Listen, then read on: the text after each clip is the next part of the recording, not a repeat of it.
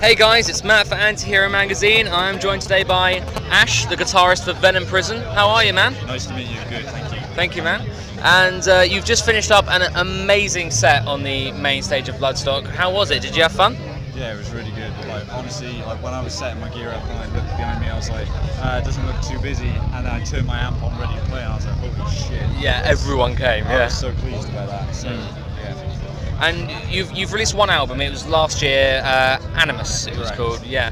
And since then, Venom Prison's pretty much exploded. Like, you know, you've getting lots of coverage in Metal Hammer, lots of coverage in Kerrang.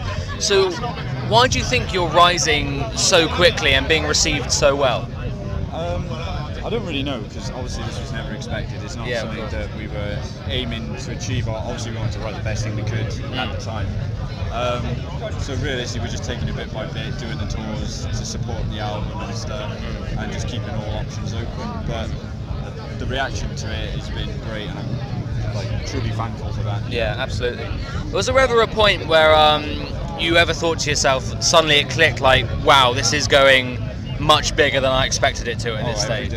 Every day you every think day. that? Yeah. You know, it's cool and stuff, but I don't know. Like you can't really take too much time to acknowledge stuff like that, because otherwise you sit there and you're thinking about like what you've achieved and you're not focusing on what you're supposed to be working on. You know, and then that's when you start falling behind. You start writing records not as good, and like you know, if you sit there and just admire your ego, then how are you going to ever better yourself? Yeah, exactly. So that's the way I always look at it. But there's Ben, the guitarist. Ben's coming. We're having a cameo. How are you, man? Welcome to the interview. Thank you. We were just chatting about the main stage set. How did you find it? Awesome. Yeah, probably the biggest stage I've ever played in my life. Yeah, I was going to say. And one thing I was going to chat about as well, we were just chatting about the Animus album. One of my favourite things about it is the artwork. It's one of the most brutal pieces of art I've ever seen, and it's based on the track Perpetrator Emasculator. Is that right? Yeah. So which came first, the artwork or the song? The song. Right. The song came first, and we emailed Elron Cantor that did Testament. He's a brilliant artist. He's incredible. But we basically sent him the album because doing artwork is just like creating a song. You know, it's the same thing. You need to picture what you want to draw. There's no point doing some artwork and then going, does it fit the album? Yeah. So obviously he took the album from us, got some inspiration, and then emailed us back about 3 weeks later saying, I really want to draw this picture based on that song. And he was like, it'll make such a powerful image and it'll be striking, and overall as a concept it'll go hand in hand. So we sent us a sketch like week by week, and I was like, holy shit, this looks incredible. So he had total control over the artwork then, you didn't? Yeah, I think you should always let the artist have control over stuff, because that's their specialty. That's what they need to influence from what you've done and then put their own spin on it. Because otherwise, if it's all coming from you, it's just going to maybe, you know, your idea may never be as good. Yeah, otherwise there's no point picking an artist if you like what they do, and then you're going to spoon feed them. And you're going to dictate everything. Yeah. Give them the freedom to do it, and I think he did just that. He picked out the most powerful image he could find in the lyrics of the music. It wasn't even a case of like asking for edits and stuff. It was just like every time he'd send us a bit more of it, we were just like, holy shit, can you more and more up? amazed. Like, hurry up with this, man. This is awesome. But I really do. I did like his artwork before it, and I never thought, you know, we'd get a chance to be in a band. Oh, so you're a proper fan, that's why you went to him then? I've always admired a lot of his artwork and stuff, so like I never thought I'd get a chance to play in a band and do an album with his artwork. So yeah, as you can tell, I'm pretty happy about it. You look over the moon today, mate. It's really happy to see.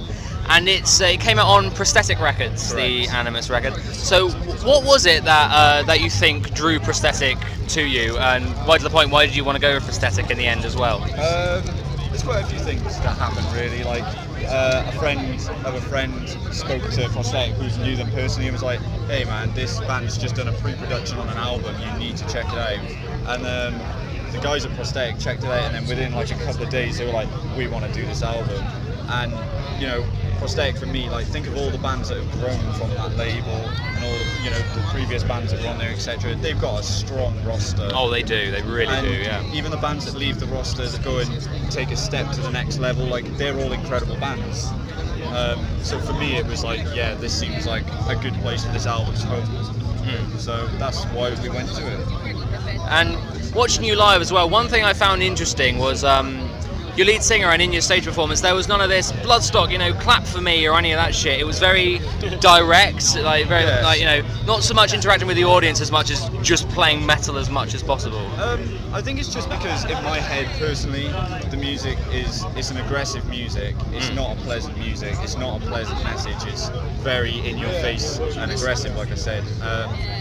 So really, kind of adding a cheery spin to that just doesn't really, like we've just sung about mutilating a rapist, and then we go, hey Bloodstock, what's up? Yeah, It's sing for me. This isn't like, the set isn't a happy moment. Yeah, of course. Yeah. So to kind of have your mind in that frame and just play with it, it kind of just works hand in hand. I think we've always thought of our set as one kind of chunk, if you know what I mean. Yeah. It's constant as well, like we've always thought of a set pieced together. I mean, like an album, obviously with a set you've got the challenge of integrating music from previous releases as well. So we've always thought of it holistically, haven't we? I know a lot of bands do, but I don't like stops. Yeah. For me, if I watch a band, I want 35 minutes or however long it's the music. Like, I don't want them to ask how I am. I want to watch their music. That's Exactly, why I'm here. So I've got a short attention span. I want to know, I want to be drawn in. I don't want someone to stop and talk about something. Yeah, exactly. All killer, no filler, that's what we want. Yeah, exactly that. But yeah, you said a moment ago you're not looking to elicit happy emotions with this music. So what emotions are you trying to create? Are you trying to create rage or disgust, or what sort of tone are you going? Both of those words you just said. Yeah.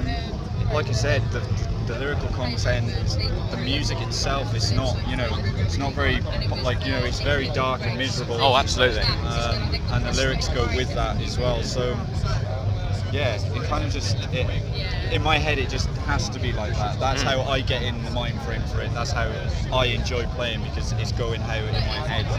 I would like to see it on the receiving end.